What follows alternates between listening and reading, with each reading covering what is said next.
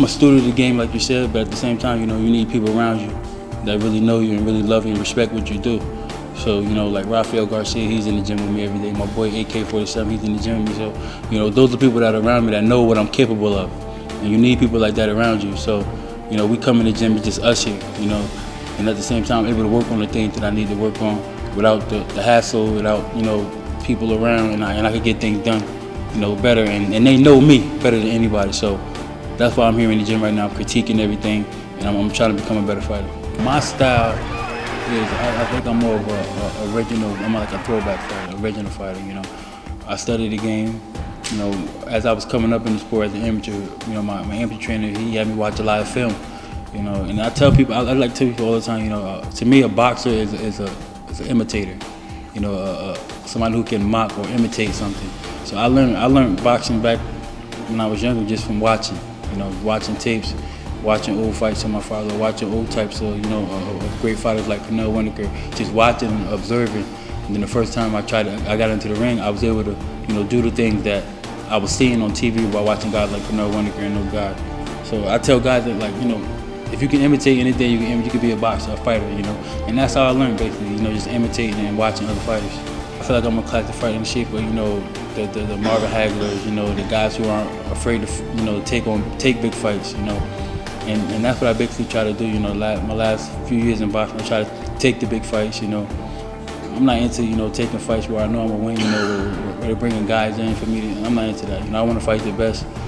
And, you know, it goes back to, you know, back in the day with the throwback fighters, you know, to be the best, you got to fight the best, you know. Back in the day, they fought the best, you know, Sugar Ray Leonard, you know, Marvin Hagler, those guys, they fought each other, you know. Now, we don't really get that, you know, so every chance I get to fight the best, I'm going to take it. I always try to be different from other fighters, you know. I try to more like be myself, you know. I'm a tall, lanky kid, you know, with long arms and good reach and good boxing skills, so that's what I try to stick to, you know. I don't want to go outside of my element and try to become a brawler, because I'm not a brawler, you know, so I try to stick to what I do best, and that's becoming a boxer, and that's exploiting other fighters' weaknesses.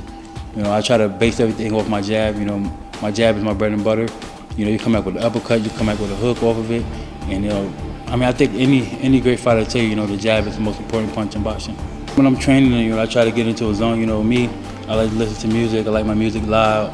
You know, when I just zone off and I try to work on the thing, you know, I picture the back being, you know, my opponent, you know, and I'm hitting every spot, every opening I see, you know, I'm hitting that spot and I'm working on it, but at the same time, I'm making sure that I'm in good position.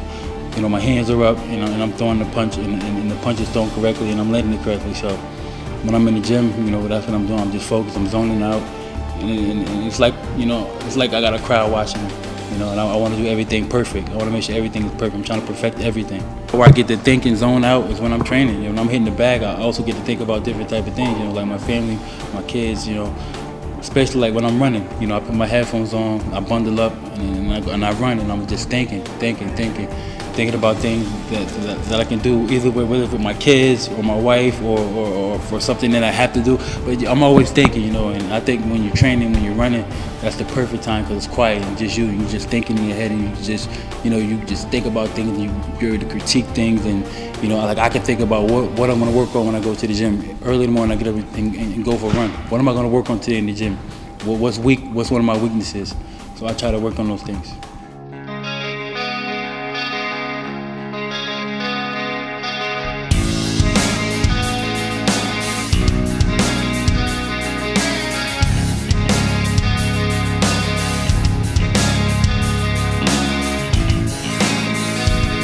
The greatest of all time, the greatest entertainer in the sport of boxing.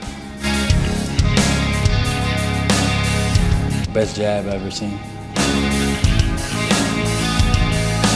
Willie Pep, the slickest guy in the game. One of the slickest guys. I mean, if you go in a round without throwing a punch, I mean, you got to be a slick dude. So, and he's from Connecticut too. So.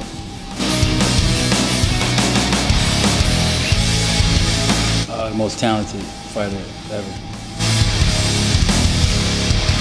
Again, I gotta say, most talented, one of the most talented fighters ever.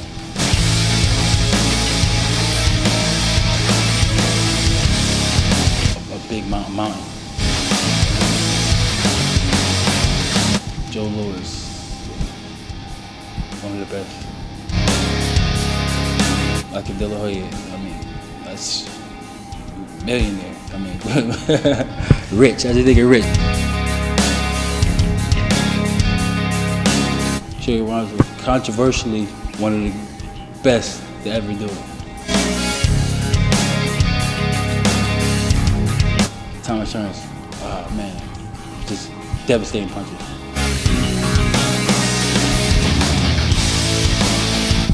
Evander Holyfield, warrior. Marvin Hagler is just, you know, solid boxer, all around solid boxer. You know, I think God has played a major role in my life. You know, we've all done things that we're not proud of. We've all done things that you know, God wouldn't be proud of. But at the end of the day, you know, you're able to correct your wrongs and right your wrongs. So, you know, I just tell you, you know, just believe in God, believe in yourself, and just, you know, just accomplish your goals and want to do something with your life. Like, you see all the madness going on in Chicago, and it's sad because, you know, kids aren't able to reach their full potential because, you know, they're getting hit by stray bullets and things like that. So, you know, if I could make a change in the world, I would definitely, you know, I would definitely do something, you know, to keep kids out of trouble, keep them away from the violence, and put them, you know, put their minds in a different place, you know, to become positive instead of looking up the drug dealers and looking up, you know, people who aren't doing positive things. So, you know, I would definitely tell kids, you know, if you don't believe in anything, you gotta believe in something. You know, go find, you know, if you don't believe in God, go find somebody to look up to, find somebody to believe in. Because I mean, if you don't, you're going down a long, hard road. Whenever I get an opportunity, you know, I thank God for everything that's happened to me. You know, being able to provide for my kids, being able to provide for my wife, you know, and being able to take care of, you know, things I need to be taken care of, which is my bills. You know, I mean, it's just a great feeling, you know. Like I said, boxing has done so much for me. I can't even say. I mean, I'm just thankful that I found boxing. My father introduced me to boxing.